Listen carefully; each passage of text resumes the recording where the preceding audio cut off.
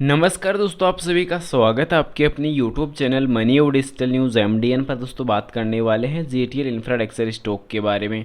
सो gas अभी के time कंपनियां जो है क्वार्टर 4 के रिजल्ट्स जो है वो धीरे धीरे जारी करने वाली है। और अभी के टाइम दोस्तों मई के अंदर हम लोगों को दोस्तों जो है जो स्पेक्ट्रम अनाउंसमेंट भी ऑक्शन भी देखने को मिलने वाला है। तो कमेंट से देखने को मिल रहा है कि इस स्पेक्ट्रम नीलामी से कंपनी को क्या क्या फ़ायदा होने वाला है, और अगर फ़ायदा होने वाला है तो टारगेट क्या क्या होने वाले हैं। साथ ही साथ दोस्तों अभी के टाइम किस प्रकार का डेटा देखने को मिल रहा है कंपनी के बारे में। प्राइस के रूप में अगर हम जाने तो दोस्तों लास्ट मार्केट पर ₹1.65 पर क्लोजिंग नजर आई थी। अब 65 पर क्लोजिंग काफ़ी अच्छी नजर आई थी, पर ₹1.70 तक जंप भी हम लोगों को नजर आई थी। पर उसके विपरीत अगर हम सिंगल पिछले 5 मार्केट यानी पिछले 5 सेशन पर हम नज़र डालें तो दोस्तों उसमें हम लोगों को दोस्तों जो गिरावट नजर आती है वो 5.71% की रिटर्न्स पर, जिसमें 10 पैसे का लॉस नजर आएगा।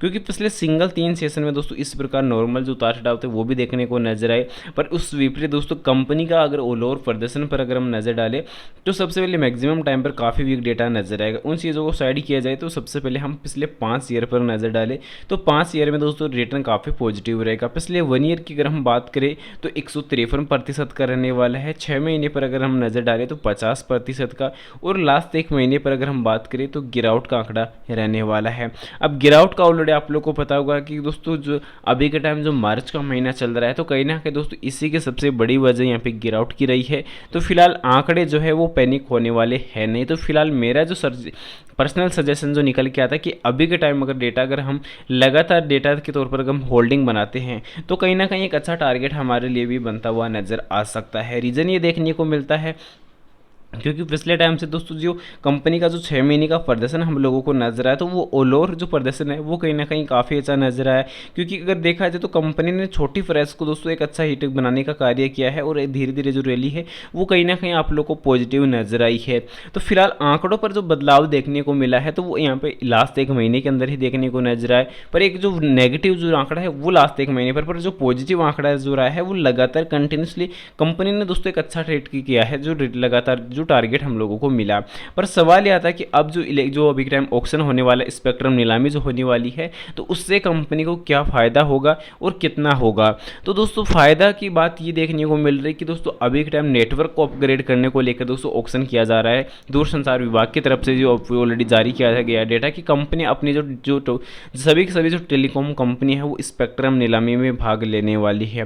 तो दोस्तों अब जो टेलीकॉम कंपनियों के लिए दोस्तों जो ऑक्शन यहाँ पे होने वाला है तो उसमें दोस्तों कंपनियों के लिए जो कार्य करने वाली इंफ्रास्ट्रक्चर जो कंपनियां हैं तो उनका ऑल ओवर जो डेटा है वो यहाँ पे देखा जाएगा। जो इंफ्रास्ट्रक्चर कंपनियां हैं वो उस ऑक्शन में यहाँ पे भाग लेने वाली है।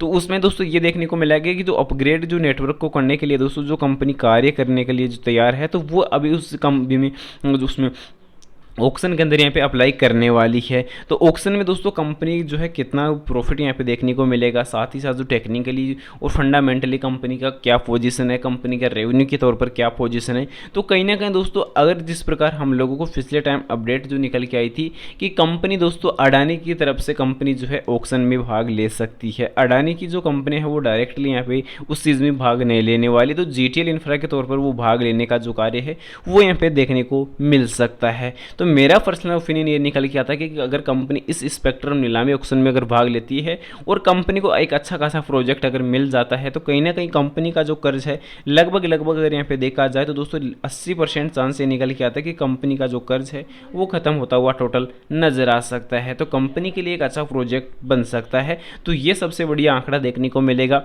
रही बात दोस्तों क्वार्टर 4 की, तो क्वार्टर 4 के अंदर कंपनी का जो डेटा बिग टाइम देखने को मिल रहा है तो लगातार प्रॉफिटेबल देखने को मिलने वाला है।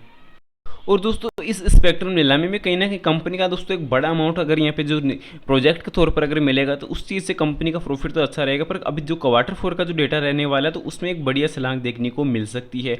भले दोस्तों इस क्वार्टर रिजल्ट के अंदर कंपनी को दोस्तों प्रॉफिट या लॉस जो भी हो, पर अगर कंपनी को स्पेक्ट्रम नीलामी ऑक्शन में अगर यहाँ पे भाग लेती है और प्रोजेक्ट अगर मिलते हैं तो आने वाले जो क्वार्टर रिजल्ट है तो उनमें कंपनी का जो डेटा है वो यहाँ पे 100% पॉजिटिव देखने की जो संभावना है वो बन सकती है। और कहीं ना कहीं दोस्तों फिर शेयर होल्डर्स की जो एक बढ़िया लॉटरी, एक शॉर्ट टर्म के टारगेट्स की अगर बात की जाए या मिड टर्म की या लॉन्ग टर्म की, तो फिर तीनों टर्म्स में बढ़िया प्रॉफिट देखने को मिलेगा। तो अभी के टाइम सजेशन तो मेरा तो यही निकल के आता है कि मिड टर्म पे हमें होल्डिंग रख लेनी चाहिए, क्योंकि अभी के टाइम ऑक्शन में देखने को मिलेगा कि किस प्रकार का डेटा कंपनियों को मिलता है, और कंपनी को अगर प्रोजेक्ट अगर मिलता है तो कहीं ना कहीं एक बढ़िया पॉजिटिव डेटा निकल के आ सकता है।